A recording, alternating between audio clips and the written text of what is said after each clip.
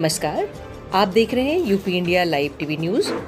देश प्रदेश के ताज़ा तरीन समाचारों के लिए देखते रहें निष्पक्ष, निडर, बेबाक आवाज के साथ UP India live TV news. अब समाचार विस्तार से। 23 सितंबर को बिहार हिंदी साहित्य सम्मेलन में राष्ट्रकवि रामधारी सिंह दिनकर की जयंती श्रद्धापूर्वक मनाई गई।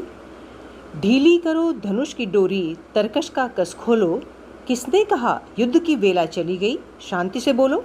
ने कहा और मत वेदो हृदय वन्य के शर से, भरो भुवन का अंग कुमकुम से केसर से, कुमकुम लेपूं किसे, सुनाऊं किसको कोमल गान, तड़प रहा आंखों के आगे भूखा हिंदुस्तान, समर शेष है नहीं पाप का भागी केवल व्याध, जो तटस्थ हैं समय लिखेगा उनके भी अपराध। राष्ट्रकवि रामधारी सिंह दिनकर की जयंती पर बिहार हिंदी साहित्य सम्मेलन में आयोजित समारोह और कवि सम्मेलन की अध्यक्षता करते हुए सम्मेलन अध्यक्ष डॉक्टर अनिल सुलभ ने कवि की इन्हीं पंक्तियों से अपनी बात आरंभ की। उन्होंने कहा कि परिस्थितियां आज भी वही हैं जब दिनकर जी ने समर शेष है नामक अपनी ये बहुचर्चित और लोकप्रिय कविता लिखी थी। भारत का पीड़ित और भोला समुदाय आज भी आश्वासनों और आशाओं पर जीवित है।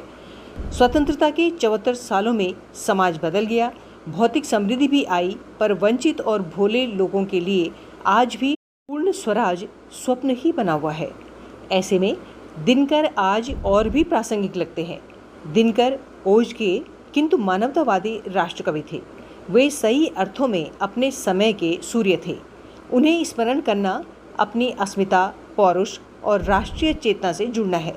इस अवसर पर पटना उच्च न्यायालय की अवकाश प्राप्त न्यायाधीश और चाणक्य राष्ट्रीय विधि विश्वविद्यालय पटना के कुलपति न्यायमूर्ति मृदुला मिश्र ने वरिष्ठ पत्रकार और सहारा समाचार सेवा के मुख्य कार्यकारी अधिकारी और संपादक प्रमुख उपेंद्र राय को हिंदी भाषा के उन्नयन में विशिष्ट योगदान के लिए साहित्य सम्मेलन हिंदी सेवी सम्मान से अलंकृत किया।